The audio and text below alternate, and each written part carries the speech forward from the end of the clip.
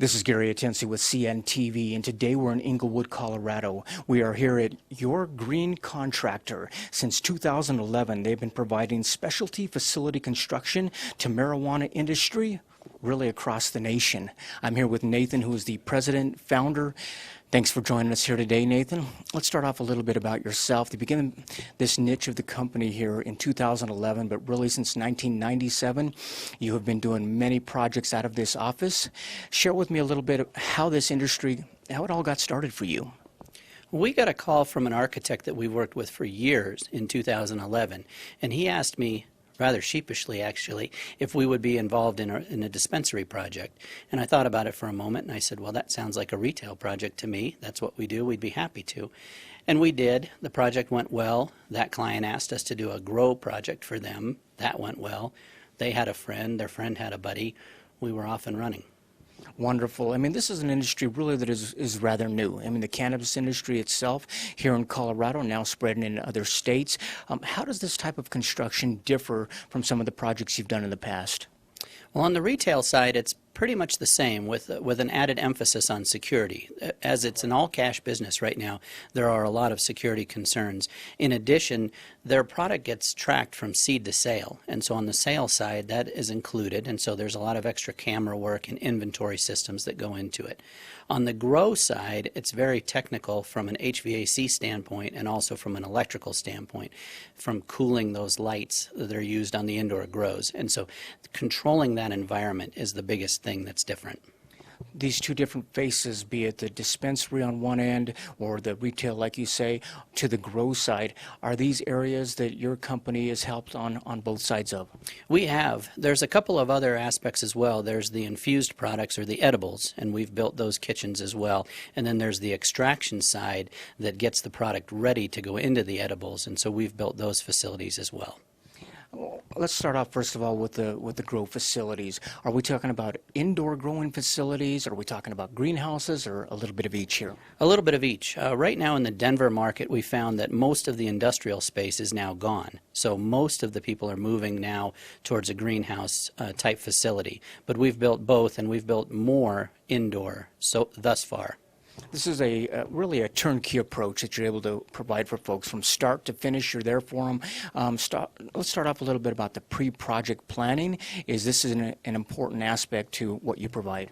It absolutely is. I actually wrote a white paper about a year and a half ago talking about the things that I'm looking for as I go into a new existing facility, what I want to see to make sure that it has the infrastructure that'll be helpful for them as they move forward with these projects. Things like power, water, wastewater, what's the structure of the building, what's the roof look like. There's things that can cost them tens or hundreds of thousands of dollars if the infrastructure isn't there. So we're talking about companies that may take it from the ground up, brand new building, or taking an existing building. Much evaluation is necessary, obviously, to save money down the line, I imagine. True. Yeah, the more pre-planning we can do, the better, like it is in most projects. One of the things that I see out there is we're talking about a team really that you've assembled here, a network of professionals. When you bring on YGC, you're really bringing on a team of professionals that can take you from the beginning to end. Is that what makes it really a dedicated team approach? It does. We have one person in our office that is purely involved in the permitting and planning process with each of the jurisdictions. As you may or may not know, in the Colorado market, every jurisdiction is different. So Denver is different than Aurora, is different than Commerce City, and all of them are changing rules almost on a weekly basis. So it's a full-time position for us just to keep track of what they're doing. I mean, not only is important the construction side of it, but really what is actually growing on the inside is something you're able to help with. We're talking about growing methods, lighting preferences. These are all things that your team is able to help with. That's true, yeah, and we have a team around us that's outside of our company, the architects, the brokers, the bankers. Well, there are no bankers, but the lenders, the specialty lenders, and things like that. We've been involved with all of those different aspects and can point people in the right direction.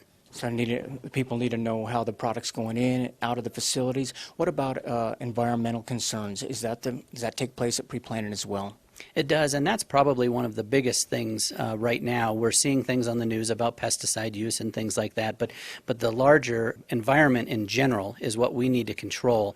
At the end of the day, whether people are smoking this product or putting it in an edible and ingesting it, it's going into people's bodies. So we're treating these facilities as medical facilities. That is interesting. I mean, quite honestly, the cannabis industry still is a cash industry, really. What about hitting budgets, setting budgets? Is that an important aspect? It is. It's the same on every project, but even more so on these projects. There's so much money involved. Some of these facilities are so large that for an owner to not be open on the day that they said they were going to could mean millions of dollars a month in lost revenue. This is an industry that I've learned is very regulated, almost overwhelmingly regulated. Really, by bringing on a team as yourself, you're really providing peace of mind when it comes to the building aspect of it. We do.